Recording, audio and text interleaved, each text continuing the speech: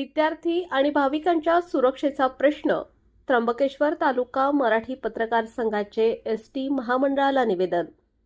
नमस्कार, मी अमिता गावंडे, कबीर न्यूज नेटवर्कमध्ये आपले स्वागत।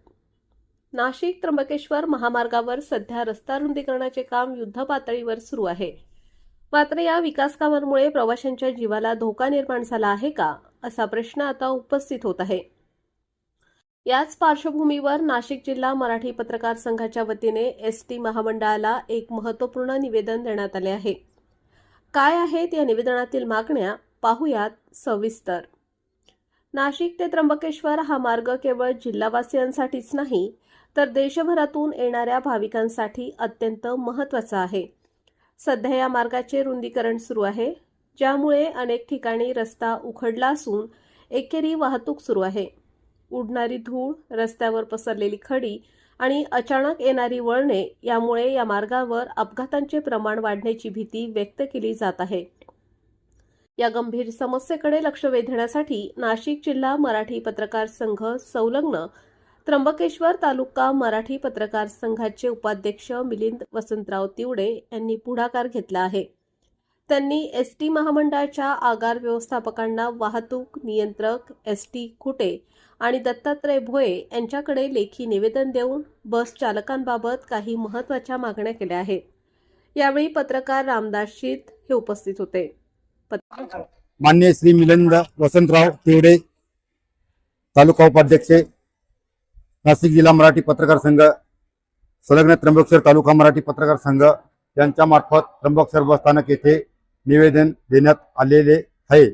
तरी आम्ही वरिष्ठांमार्फत त्यांना पाठवलेले आहे। पत्रकार संघाच्या प्रमुख मागण्या: रस्ता दुरुस्ती सुरू असेपर्यंत बसचा वेग मर्यादित ठेवावा, वळण रस्त्यांवर आणि बांधकाम सुरू असलेल्या ठिकाणी विशेष खबरदारी घ्यावी, भाविक, विद्यार्थी आणि प्रवाशांच्या सुरक्षिततेसाठी चालकांना सूचना द्याव्यात।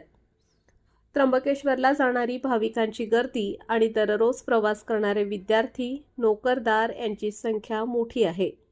एसटी बस ही प्रवाशांच्या विश्वासाची मानली जाते, मात्र सध्याच्या रस्त्याच्या स्थितीमुळे चालकांचा थोडासा निष्काळजीपणा मोठ्या अपघाताला निमंत्रण देऊ शकतो।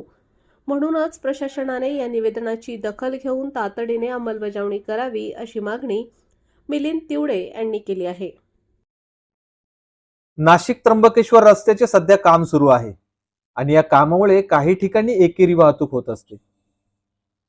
काम चालू असल्यामुळे धुळीचं प्रमाणही खूप वाढलेलं आहे आणि याच सगळ्या गोष्टींचा विचार करून एसटी महामंडळाने त्यांच्या चालकांना वाहने सावकाश चालवावी अशी मी त्यांना विनंती करतो।